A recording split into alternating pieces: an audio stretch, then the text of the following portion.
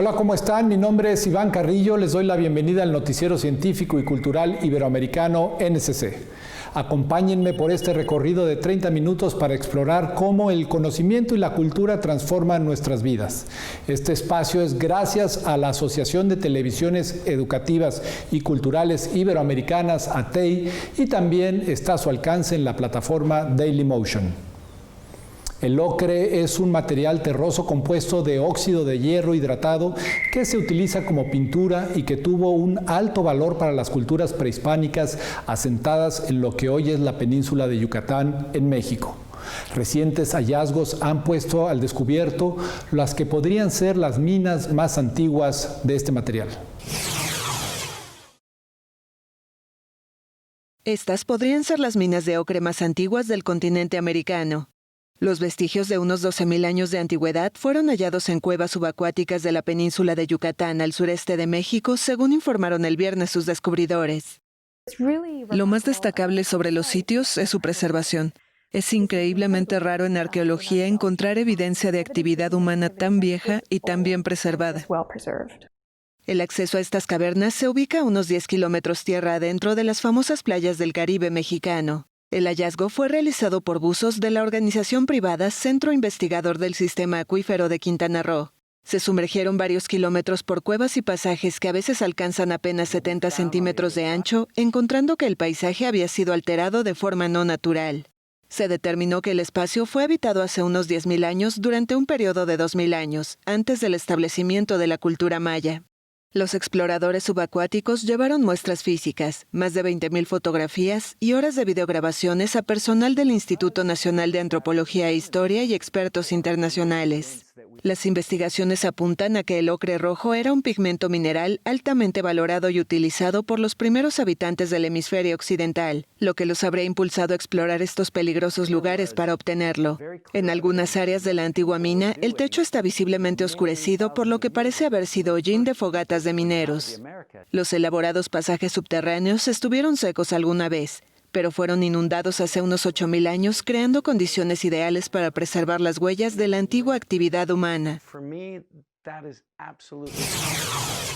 La plastinación de cuerpos humanos es la sustitución de líquidos y parte de la grasa de los órganos por un polímero en condiciones de vacío y congelación.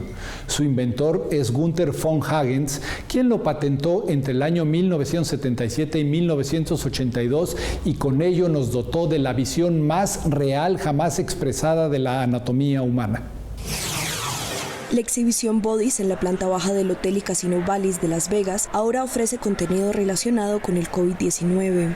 En la primera etapa de la visita se ve la relación directa entre la vida y la muerte, los diferentes aspectos de la evolución y los principios básicos de la anatomía humana. Al lado de cada vitrina que exhibe un órgano o parte de un sistema, hay avisos que explican lo que el visitante está viendo, y ahora también se informa sobre los efectos del COVID-19 en esos mismos órganos y sistemas del cuerpo humano.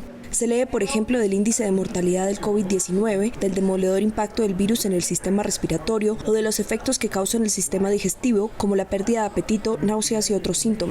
En la galería dedicada al sistema reproductivo y a la gestación yace un aviso que explica los estudios que se hacen actualmente para determinar las posibles consecuencias del coronavirus en bebés dentro del vientre materno. La exhibición, que ha sido vista por millones de personas en el mundo entero, está de base en Las Vegas. Aquí acaba de reabrir después de los cierres obligados por la pandemia y se constituye en la primera que ofrece el contenido específico de los efectos del coronavirus. Tom Saller, presidente de Imagine Exhibitions, la compañía encargada de crear y mantener Bodies, asegura que el objetivo primordial del nuevo contenido es ayudar a informar y educar a la comunidad a través de los 20 cuerpos preservados.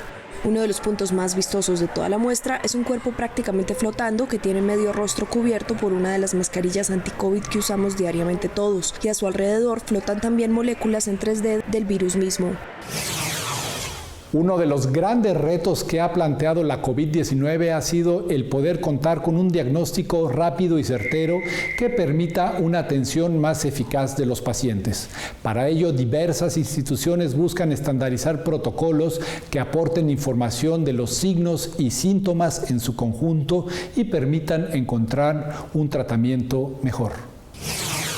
Ayudar a ofrecer un pronóstico robusto para cada paciente con COVID-19 en el momento del ingreso.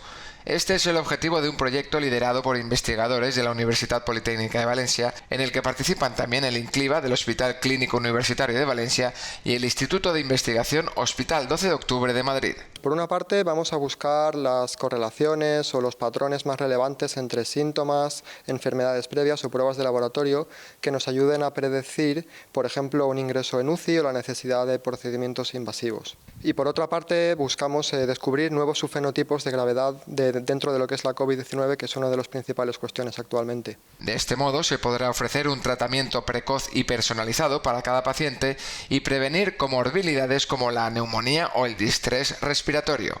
El contar con herramientas de inteligencia artificial que sean capaces de predecir en fases tempranas de la enfermedad cuál va a ser el devenir de la misma constituye un elemento crucial en la lucha contra la enfermedad. En aquellos casos en los que se prevé mayor gravedad, podríamos instaurar los tratamientos de manera más precoz con el objetivo final de reducir la mortalidad y los ingresos en la unidad de cuidados intensivos. La heterogeneidad y complejidad de esta enfermedad COVID-19 hace imprescindible el uso de técnicas muy avanzadas y sofisticadas de análisis para poder identificar los patrones clínicos y epidemiológicos todavía tan desconocidos en esta enfermedad.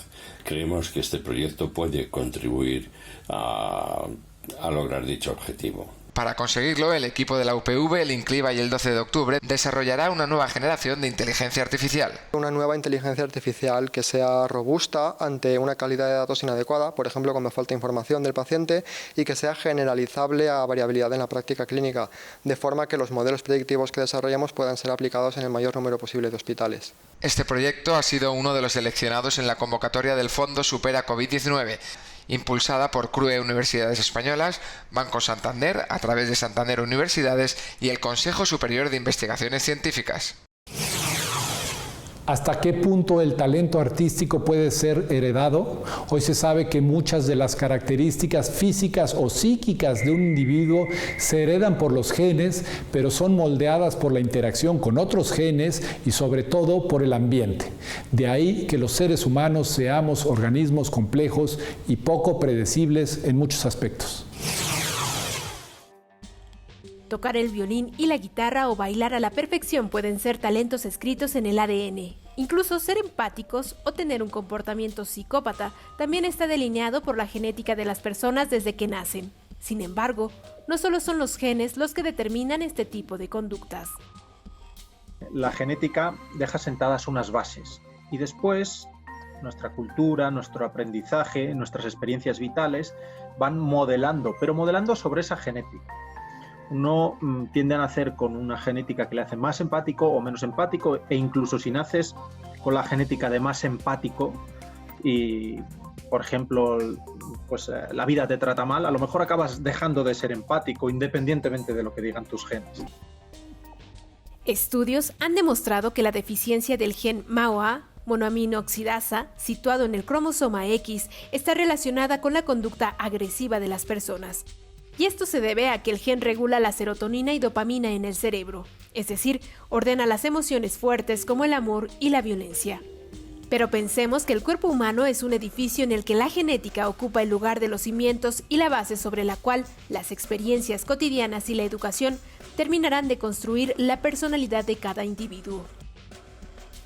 Igual que construye tus pulmones sutilmente distintos que los de otra persona, igual que construye tus ojos o tus orejas sutilmente distintos que los de otra persona, pues hace lo mismo con el cerebro y eso se traduce en ciertas predisposiciones en el comportamiento. Nuestros genes tienen algo preparado para nosotros, algo que luego nosotros podemos crecer, acrecentar, disminuir o incluso destruir, pero tienen algo ya preparado. Yo creo que ese es el gran descubrimiento. ¿Y cuál es el papel de la genética en el desarrollo de talentos como el musical? ¿Será que quien lo decida puede ser el nuevo Mozart? Al hablar de Mozart es un ejemplo perfecto, estamos hablando de un genio, es decir, todos podemos tener unas habilidades de nacimiento más grandes o más pequeños para la música. En mi caso son nulas y probablemente habrá otra persona que nazca con cualidades para la música, y esto vale para cualquier otro talento, y que con mucho menos esfuerzo que tú toque la guitarra muchísimo mejor, ¿no? Entonces esto es lo que da la genética, ¿no? Da distintas predisposiciones, pero luego, bueno, pues una persona con muy mal oído puede llegar a ser un músico. Lo que es imposible es que una persona con muy mal oído llegue a ser Mozart, porque Mozart era un genio a los 6 años. Es una cuestión de dosis, ¿no? La genética te da la primera dosis, el resto lo tienes que poner tú. Desde México, reportó para el Noticiero Científico y Cultural Iberoamericano, NSC, Karen Rivera de Canal 22. La población de pandas salvajes, según el último censo del gobierno chino en 2015, ha crecido en 268 ejemplares en la última década. Con este aumento de un 16.3% respecto al último censo de 2003, ya hay un total de 1.864 pandas en libertad. A estos se suman los pandas en cautiverio, que también han hecho su aportación para la recuperación de la especie. Un nuevo integrante para el zoológico de Washington. La osa panda Mei Xiang tuvo un cachorro el viernes, 4 años después de su última gestación. Había sido inseminada artificialmente el 22 de marzo con semen congelado del macho Tian Tian, quien también está en el zoológico. Desde su llegada en el año 2000, Mei Xiang ya ha tenido 3 crías que han sobrevivido, 2 machos y una hembra, que fueron trasladados a China en su 4º cumpleaños por un contrato de asociación con el Centro de Conservación chino. Para diciembre está previsto el regreso a China de Mei Xiang, de 22 años, y de Tian Tian, que cumplirá 23 a fin de mes. El acuerdo entre Estados Unidos y China también prevé el pago de $500.000 anuales al Zoológico Nacional para apoyar los esfuerzos de conservación en China de esta especie clasificada como vulnerable. Según el Zoológico de Washington, menos de 2.000 pandas gigantes todavía viven en su hábitat natural en el centro del gigante asiático, mientras que otros 600 viven en zoológicos y centros de reproducción alrededor del mundo.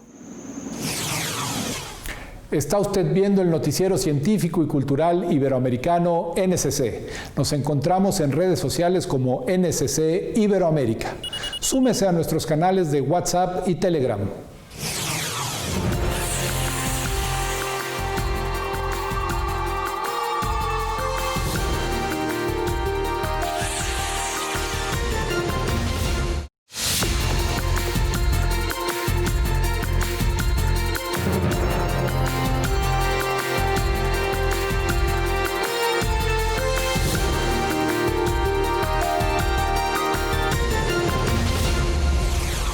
Los pingüinos de Magallanes reciben su nombre del explorador portugués Fernando de Magallanes, cuya tripulación divisó esta especie, una de las 18 que existen, por primera vez en el extremo de América del Sur.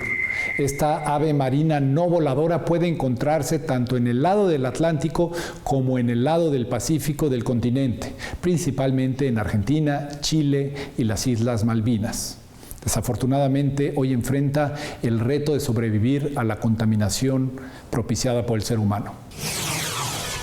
Península Valdés acoge la mayor pingüinera de Latinoamérica. En este balcón hacia el Atlántico nidifican miles de pingüinos de Magallanes. La científica Luján Villabriga monitorea esta colonia de unas 2.600 parejas que viven envueltos de residuos plásticos. Si nosotros en la colonia El Pedral lo que podemos observar es que todos los años se acumulan plásticos en el sector de la playa y en el sector de los nidos, lo cual es un problema debido a que el plástico puede, digamos, dañar a los pingüinos, quedan en sus cuellos las botellas atorados o mismo también crían sus pichones en un entorno que no es favorable con botellas de plástico y demás cuestiones, ¿no? Los pingüinos de Magallanes viajan unos 15.000 kilómetros al año en su migración desde zonas cálidas como el norte de Argentina, Uruguay o Brasil hasta el sur de la Patagonia. Debido a la ruptura de la cadena trófica por el calentamiento de las aguas, ahora también deben recorrer mayores distancias para encontrar el alimento en el océano. Esto los expone más al enmayamiento y otros riesgos por la actividad pesquera o explotaciones petroleras. Por ende, son aves que pasan el 80% de su vida en el océano, ¿sí? Entonces, en esos viajes y en esa migración que ellos realizan, enfrentan distintos problemas en el mar y a su vez cuando vienen a reproducir a la colonia también enfrentan problemas de conservación en la tierra, ¿no? Hoy en día casi ya no mueren, menos de 100 pingüinos por año mueren en nuestras costas. El tema es que si bien está controlado en esta zona, cuando ellos realizan la migración, ahí todavía no se han tomado medidas, entonces están todavía expuestos al tema del empetrolamiento. Península Valdés es el ecosistema argentino con más áreas protegidas, pero solo en su zona costera. Global Penguin Society trabaja para extender esta protección también a zonas de alta mar. Entonces les colocamos transmisores satelitales en donde podemos observar dónde es el área de alimentación en el mar y así evaluar si se superponen con actividades, digamos, actividades humanas que puedan generar algún perjuicio para ello. Esta colonia nació en 2008 y su conservación fue posible gracias a la estancia del Pedral. Su propietaria, Silvina Garzoño, prohibió el acceso a pescadores y se dedicó al ecoturismo como la mejor alternativa para el equilibrio entre preservar a los pingüinos y a su vez garantizar ingresos para la comunidad local. Nosotros, digamos, sin turismo es muy difícil mantener esta casa, es muy difícil proteger la colonia de pingüinos sin turismo. El turismo sustentable permite que con los ingresos se puedan proteger las aves, el resto de fauna, la flora también, que es muy sensible acá en la Patagonia, es un ecosistema muy delicado.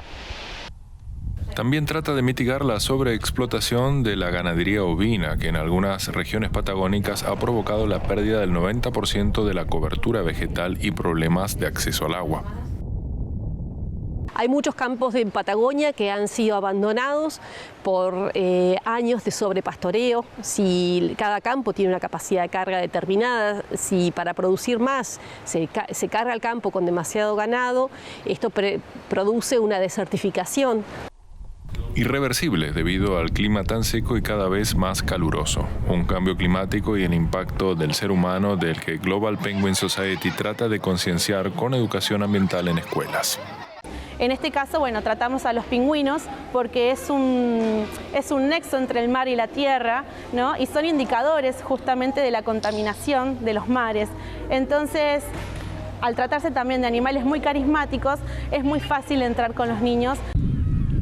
Un mar y una tierra cada vez más hostiles para la supervivencia de estos pingüinos de Magallanes. En el 2005, la cineasta Livia Estela Gómez estrenó su primer largometraje, La historia del baúl rosado, en las salas de cine colombianas.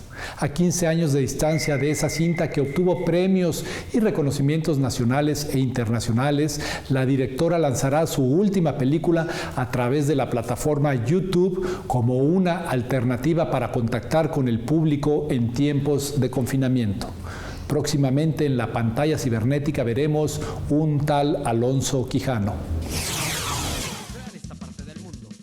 El cine colombiano no ha sido ajeno a las afectaciones de la pandemia de la COVID-19 y sus realizadores han tenido, como todos los ciudadanos, que someterse a nuevas dinámicas para mantener la creciente industria a flote.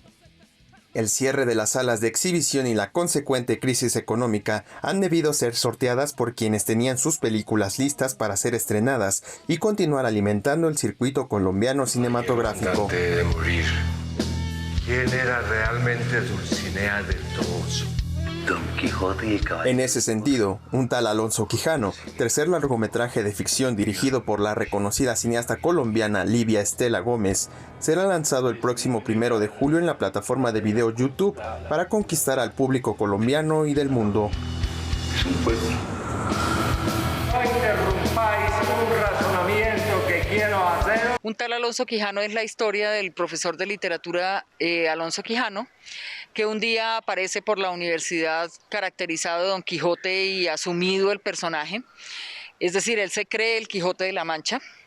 Entonces su amigo y compañero de trabajador de veterinaria hace un viaje por el pasado del maestro para investigar qué fue lo que pasó, dónde radica la locura del maestro. Adicional a esto, el maestro, digamos, una de las razones de su trastorno es que se está enamorando de una estudiante punk y esto lo tiene como muy conflictuado.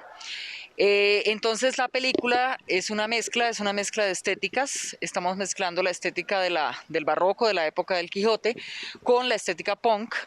Estamos mezclando formatos. La película se hizo casi toda en digital. Hay una escena que se hizo en cine de 8 milímetros. Estamos mezclando también estéticas, estamos mezclando música, tenemos música de cuerdas, música de cámara y también tenemos muchísima música punk. Digamos, la película es un thriller, es una tragicomedia y también es un musical punk. Hasta que os disguste y enfade. La película es la primera cinta de ficción que será lanzada mediante las redes sociales y cuyo estreno se realizará por el canal de YouTube de la Universidad Nacional de Colombia, que cuenta con más de 600,000 suscriptores. La estrategia busca también resaltar las capacidades de los productores jóvenes colombianos, que paulatinamente son reconocidos en el ámbito internacional por la creatividad y solidez de sus propuestas cinematográficas. Cuando sobrevino esto, pues nosotros dijimos, pues nos podemos sentar a esperar a que el universo se vuelva a poner en su lugar o nosotros podemos inventarnos, ¿no? Como es una película que fue realizada como un proyecto de investigación de la universidad, no tiene compromisos con productores, no tiene obligaciones contractuales que nos obliguen a un recaudo económico. Entonces dijimos, bueno, qué mejor regalo de la Universidad Nacional para el público en general que una película que le apueste al cine colombiano. No, el público entero está volcado viendo producto extranjero en las plataformas. ¿Por qué no presentarles esta propuesta? Apostémosle también al producto nacional y vamos todos a ver una película colombiana.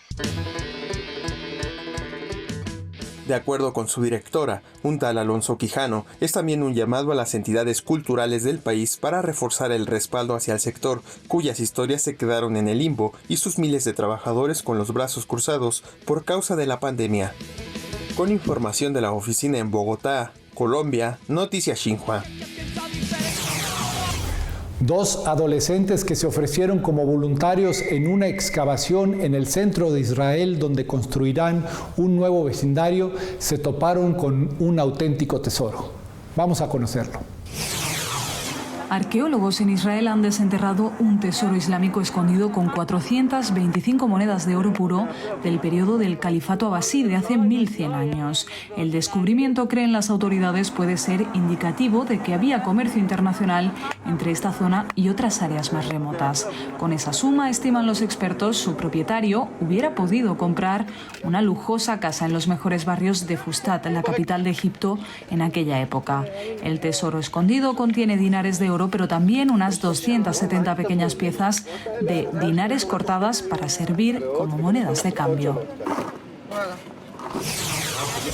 Casi 500,000 de fallecidos en el mundo ha dejado la pandemia por el virus SARS-CoV-2, una cifra espeluznante que no obstante pareciera diluir entre sus números la humanidad de cada una de sus víctimas. Con el objetivo de rescatar del olvido a algunas de las vidas perdidas, este artista peruano ha puesto a trabajar su imaginación y su pincel. La pandemia en el mundo ha dejado más de 500,000 de fallecidos. Sin embargo, más allá de las cifras, dentro de quienes han perdido la vida hay historias y rostros por mostrar. Esta es la motivación del muralista peruano Daniel Manrique, quien cree firmemente en que nadie muere en vano y que a través del arte se ha propuesto poner cara a las víctimas de su humilde barriada en el Cerro de San Cristóbal, la montaña más icónica de Lima. Después de entregar a las víctimas retratos dibujados sobre papel de sus parientes fallecidos, este muralista tiene en mente decorar con sus caras las calles y parques del empinado cerro. Así lo contó a F el artista. Porque creo que los vecinos que siempre mantuvieron esa alegría y que mantuvieron esa cordialidad con uno, y creo que no deberían ser olvidados, ¿no? Creo que la mejor forma de recordarlos es inmortalizarlos en un mural, ¿no? Dentro de las casi 45 personas que han muerto en el barrio, en su gran mayoría adultos de la tercera edad, se encuentra Eustacia Julca, una mujer de 72 años y de bajos recursos, a la que la COVID-19 se la llevó de manera cruel solo un día después de hacer lo mismo con su sobrina. Tachita, como era conocida en el barrio por todos los que habitan allí, se inmortalizó a través de las pinturas del muralista que la puso en lo más alto del cerro, para que como ella, todas las víctimas puedan ser honradas en su memoria. Gracias por acompañarnos en el noticiero científico y cultural iberoamericano NSC. Agradecemos a los socios de ATEI que a través de sus plataformas hacen posible este noticiero, al igual que a las agencias informativas AFP, EFE, Notimex, Xinhua, Euronews y Deutsche Welle. Soy Iván Carrillo, los invito a visitar nuestra página noticiasnsc.com y a utilizar nuestra aplicación. La próxima semana más información científica y cultural.